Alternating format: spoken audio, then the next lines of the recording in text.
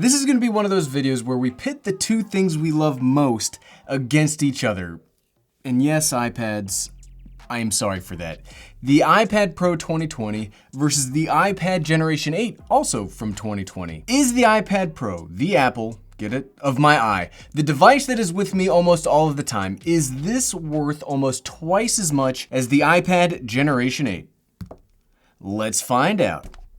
And while we're finding out, I'd like to thank today's sponsor, Squarespace. What's up, everyone? I'm the Everyday Dad, and if I can figure it out, you can figure it out. I think I messed these up when we did the slam down. Do they still work? Okay, they still work, thank goodness. This is gonna be a tough video to make, because as I've said in plenty of previous videos, I love, and I do not say that lightly, I love both of these iPads. But Gary, sometimes you just gotta grow up, so let's get to it. The way we are going to structure this video is gonna be a little bit different than normal.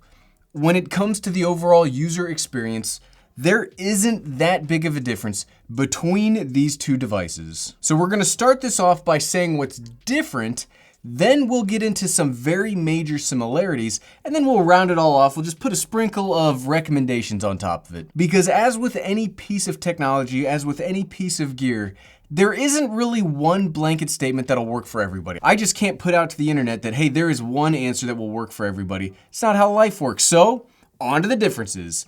Quickly, when we talk about differences, let's cover the basic specs first, because that's where the majority of the differences come from, right? Where your money goes in that double price mainly goes to specs. So the iPad Pro comes in a couple of different flavors. You can get the 11-inch model, which is the one I use and I prefer, or you could get the bigger 12.9-inch model. This smaller version clocks in at $799, while that slightly larger Pro comes in at $999. The iPad, it only comes in one size, 10.2. Whew.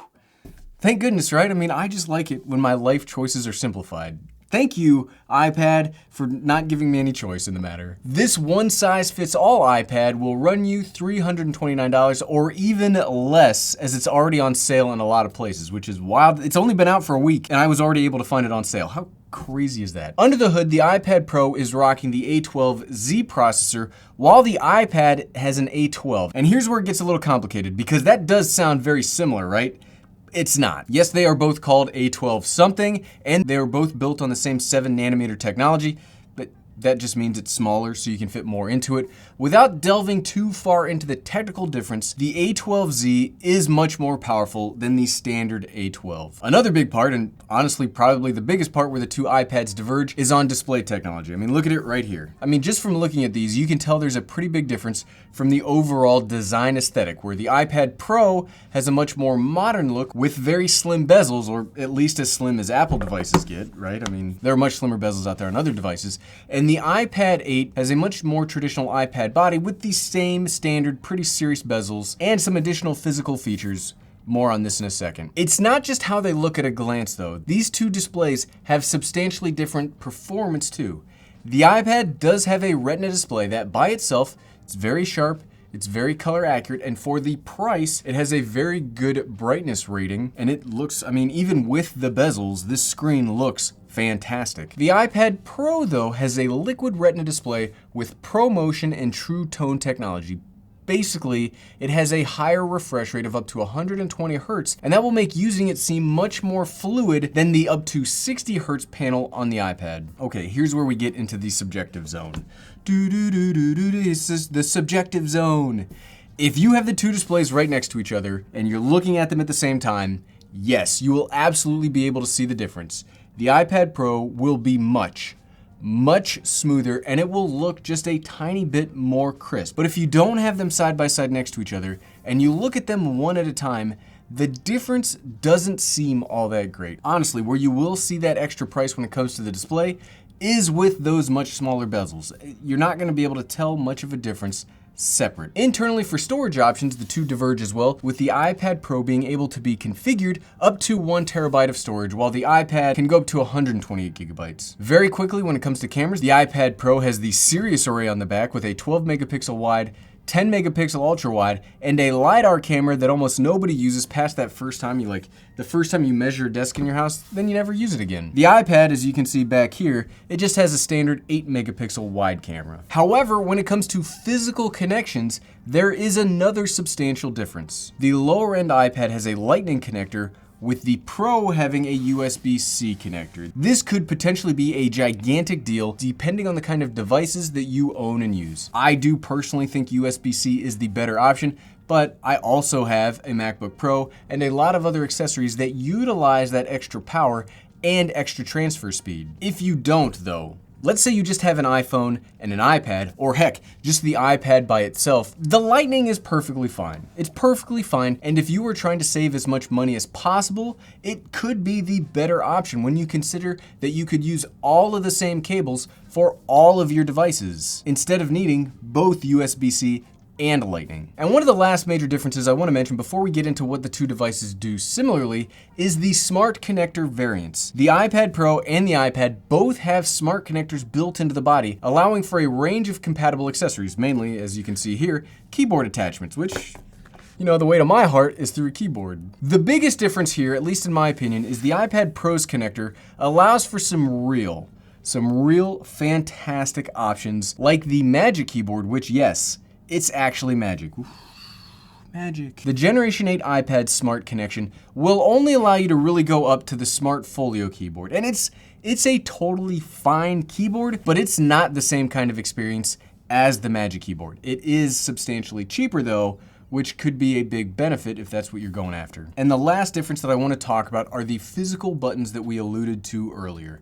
The iPad, thanks to those bigger bezels, does have an actual physical home button built into the front, and that physical home button is Touch ID enabled, and I think this is wonderful. I really like having the flexibility that having a home button by itself gives you, but if you've been watching me for any amount of time, you'll know that I vastly, it's not even close, I vastly prefer Touch ID over Face ID. And okay, speaking of Face ID, that's what the iPad Pro has to make up for that lack of physical Touch ID button. And the iPad Air should be bringing us the best of both worlds. Why isn't it October yet? I need it to be October, calm? Okay, Gary. You'll get your iPad Air soon enough. Calm down, man. Calm down. You can't get riled up on YouTube, right? That's enough differences between the two devices. Under the hood, these two sound like almost totally different and incompatible pieces of technology that have nothing in common, and you need to make sure to buy the most expensive one to get the most functionality out of it, right? Wrong. That's not true. Spoilers, that's not true in the slightest. These two share a lot of similarities. If you haven't sat down to think about it, it might be pretty surprising to you just how closely these align. The first similarity you'll come across is something that's almost uniquely Apple, and it's very impressive. It's very impressive, and it's one of the reasons the Apple ecosystem works so well. They both run the exact same operating system with basically the exact same functionality. Both iPads today are updated to the latest version of iPadOS 14. They both have the same functionality. Minus the physical connections, they have the same abilities under the hood. And that's the reason that I like talking about the budget iPad so much. Yes, it's got the slower display. Yes, it has a Lightning connector, the slower processor, and bigger bezels. But the overall user experience, the things you can do with this tablet, they're not that different than the same things that you could do on the iPad Pro. Apple hasn't locked features away on the standard iPad. They haven't crippled this device, they haven't crippled the operating system in some kind of artificial way to funnel sales into the higher model, except like we mentioned where the hardware and software physically can't keep up. Like it doesn't have the camera or the power on hand here to do Face ID. I'm gonna go on a tangent on this really quickly. The similarity of experience and the use is absolutely one of the reasons that the Apple ecosystem gets so much credit. When you have hardware and software working in such a combined way, that's where you get really great interoperability. And that really great interoperability, I mean, we mention that in every single Apple video because it exists. It's like it is so good, you have to mention it. Look, I'm somebody that works on a software design team, and the easiest way to make sure that your software works across multiple platforms is to make sure those platforms are the same. These platforms are the same. And from a consumer standpoint, it's incredible. It's fantastic fantastic that you can buy the cheaper, more budget-friendly option and still get the same software, the same apps, the same functionality. That's why I talk about Apple. It's amazing. And the big one, this is the biggest one for me. The biggest one for me, they both have the same Bluetooth keyboard and Bluetooth mouse support. This is where if Apple were a more cynical brand that did gate features, this is where they could have easily diverged the two lines. Because the keyboard and the mouse support, that's the big thing about iPads. They could have easily diverged them to make sure you had to buy the Magic Keyboard to get this kind of functionality. This is exactly what elevates the iPad from just another tablet. Maybe it doesn't turn it into full laptop mode, but it's good enough that I use this iPad to do basically all of my work. That's not hyperbole, that's not exaggeration.